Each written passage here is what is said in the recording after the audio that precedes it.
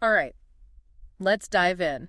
Ever wonder what's really out there, like beyond what we can see and touch? Who hasn't? Well, today we're exploring a chapter called The Dark Realm and the Illuminated Realm. Pretty intense, right? Yeah, sounds like it. It's from a book by Iranian mystic Ghulam Reza Rashidi, Dartariat Ma, and this is where things get a little trippy, just a heads up. Oh, I'm intrigued already. We're going beyond hard science here. This is about one mystic's view of existence. I see. So, like, more of a spiritual exploration. Yeah, exactly. It's packed with Let's- thought-provoking stuff, like seriously makes you think. All right, I'm ready. Lay it on me. So what's cool is Rashidi doesn't go the typical route, no telescopes or labs for him. Interesting. So, how would he approach it then? He presents this completely different way to understand, well, everything, through two main realms. Okay, two realms. The dark realm and the illuminated realm.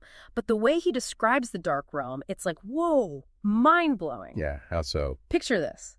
It's this massive void, so huge that time, as we know it, doesn't even exist there. Whoa, hold on. Time doesn't exist. It's like, think of a container holding the entire universe, but then that container needs to be somewhere too, right? It's an endless loop. I see what you mean. It's like trying to define the boundaries of infinity. Yeah. And then within this crazy dark realm, Rashidi's like, boom! There's this spark, this wave of energy. He calls it the illuminated realm. Uh-huh. So that's where we come in? You got it. Everything we experience, our universe, thoughts, everything, all crammed into this little spark compared to the eternity of the dark realm. It's like a tiny flicker in a vast, endless night. That's a great way to put it. But wait, there's more. This wave, he says, it's not just one thing. It's like built from 28 smaller waves. 28. Now that's specific. I'm guessing these aren't your typical ocean waves. Right. These waves, according to him, are the driving force behind everything that exists. Like literally everything. Okay, that's a pretty bold claim. Have you ever come across this idea of multiple waves shaping reality in other mystical traditions? It's a really complex system, and yeah, there are some echoes of this kind of multi-layered reality in other traditions, too. Makes you wonder if there's something to it, right? Like maybe they're all tapping into some deeper truth about the universe. For sure. But here's the catch, and this is where it gets really interesting. Rashidi says the true nature of this wave system, we can only grasp it from the perspective of the dark realm. The dark realm. Yeah. The place where time doesn't exist.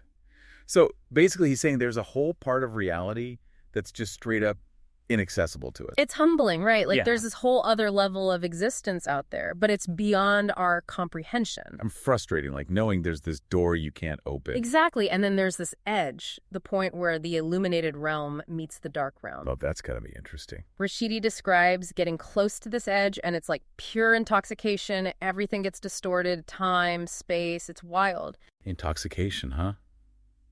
Makes me think of those moments when you're totally lost in something, like deep meditation or maybe even a creative flow state where time just seems to disappear. Could that be a glimpse of what he's talking about? I felt that too. Like when you're so absorbed in something, the rest of the world fades away. And he says the only thing stopping us from completely dissolving at that boundary is, get this, our senses. Our senses, like sight, sound, all that. Yeah, it's as if our senses are what anchor us to the reality we know, the illuminated realm. So wait, are you saying that without our senses, we just like disappear into the dark realm? It's a bit mind-bending, isn't it? But according to Rashidi, our senses are way more important than we think. They're not just for taking in information. They're actually what define our reality. So we're not just passively experiencing the world, our senses are actively creating it. Yeah, like co-creating it, shaping our perception.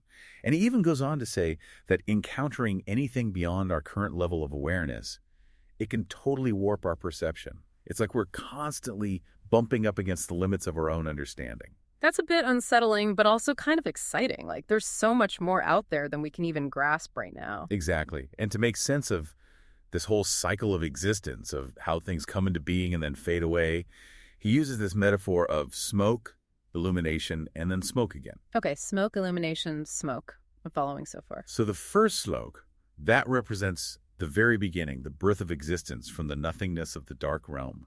Then comes the illumination, that's like the universe bursting into life, all the stars, planets, everything. And then the last smoke, that's where things get a little, well, heavy, right? Yeah, the final smoke symbolizes consciousness withdrawing, like everything eventually dissolving back into the dark realm. So it's not just about our individual lives ending. It's about the whole shebang, everything we know fading away. That's what he's suggesting, which raises a pretty big question. If we're living in the afterglow of this illumination, what does that even mean for us?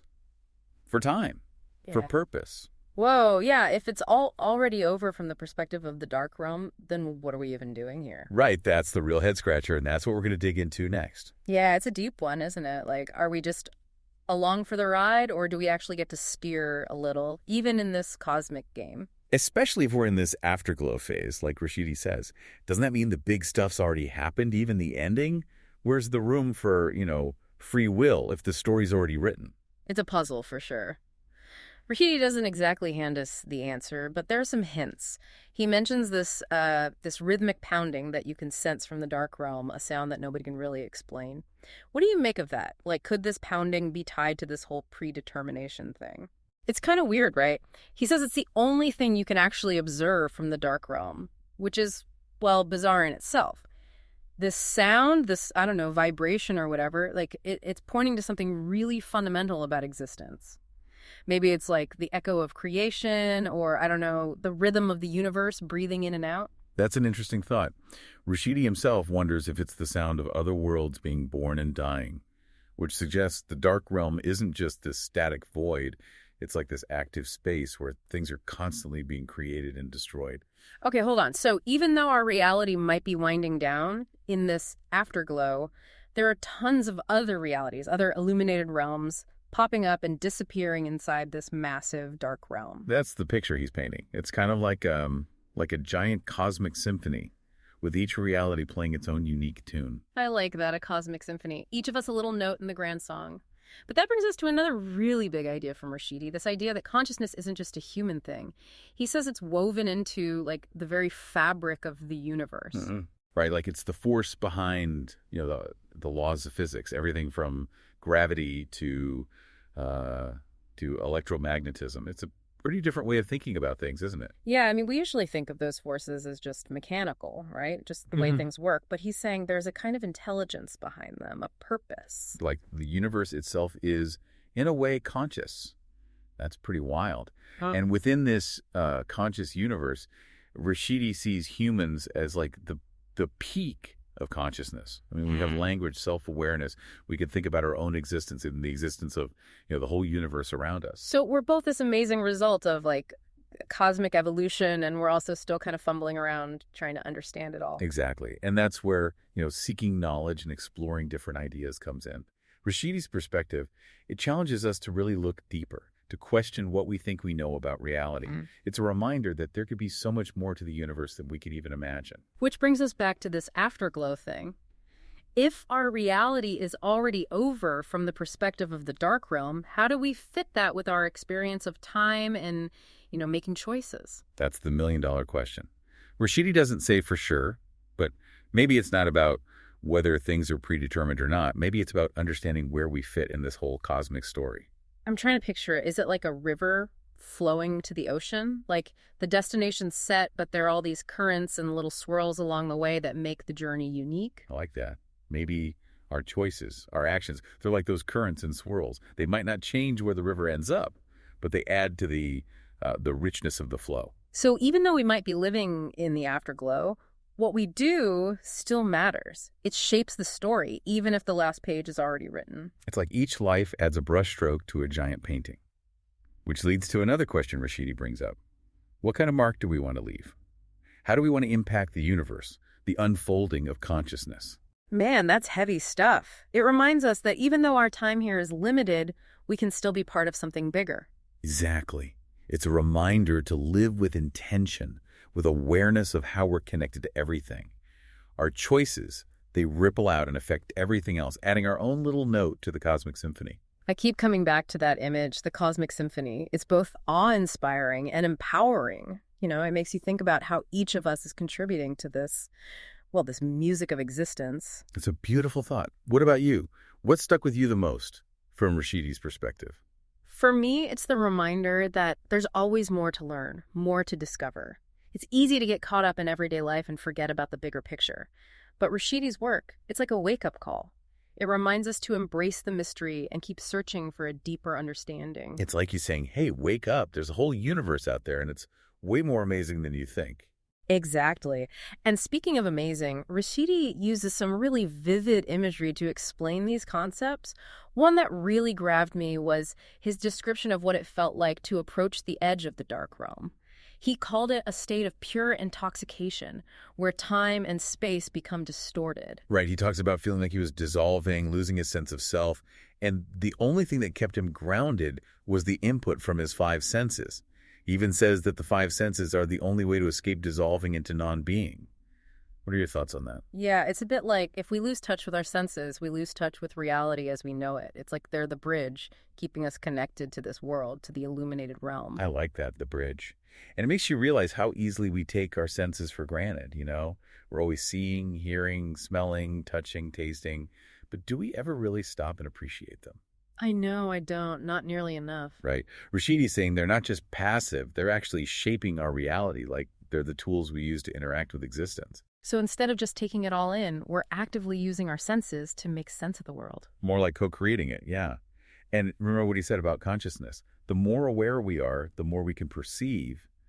It's like our senses are these windows, and the more conscious we are, the bigger those windows become. That's a really cool way to think about it. It's not just about having our eyes and ears open. It's about being present, mindful, really paying attention to what our senses are telling us. Exactly. And that ties in with his idea about the human form being a culmination of, well, countless laws, all born from this buildup of consciousness. We're not just physical, we're beings of consciousness, Yeah. tied to the universe in this, fundamental way. It's kind of like we're the universe experiencing itself, right? That's one way to put it. Yeah. And it's all connected, from the smallest particles to, well, to us, contemplating our place in it all. And speaking of connections, remember that rhythmic pounding we talked about? That sound coming from the dark realm? Rashidi could only describe that one thing from that place, which is wild in itself. It's such a mystery. Could it be some sort of cosmic heartbeat? Like the pulse of creation? Rashidi doesn't say for sure, but he does suggest it could be the sound of other worlds being born or, dying. So while we experience time as this straight line, maybe in the dark realm, realities are constantly appearing and fading away. What if that pounding is like an echo of that? It's almost too much to wrap your head around, isn't it? Our idea of time might just be one tiny slice of something much, much bigger. And if our understanding of time is limited by, well, by how aware we are, what else could we be missing? What's hidden from us just because we can't perceive it yet? That's the big question, right? And I think that's where Rashidi's perspective leaves us, with a sense of awe and also humility. Yeah. There's so much we don't know. It's a bit like staring up at the night sky and realizing just how vast the universe is, how much is out there beyond our comprehension. Exactly. And that sense of wonder, that's the real takeaway for me. It's a reminder to keep exploring, keep questioning, keep pushing the limits of what we think we know. Because there's always more to learn, always another layer to uncover. Always another mystery to unravel. So as we wrap up our deep dive into the mind of Ghulam Reza Rashidi, what's sticking with you, listener? What image or idea will you carry with you from this exploration? For me, it's this idea that our senses, they're not just for getting around in the world, they're also paths to a deeper understanding of ourselves and our connection to everything. It's like a reminder to be more present, more aware, to really appreciate this amazing, mysterious cosmos we get to be a part of. Beautifully said. It's about engaging with the world with curiosity, with a sense of wonder, and with this deep appreciation for the mystery at the heart of it all. And on that note, I think we've reached the end of our journey for today. We've explored some truly mind-bending ideas, challenged our understanding of reality, and hopefully sparked a sense of curiosity and wonder in all of us. Thanks for joining us on this deep dive into the mysteries of existence. Keep seeking, keep questioning, and keep exploring those infinite possibilities both within you and beyond the world as we know.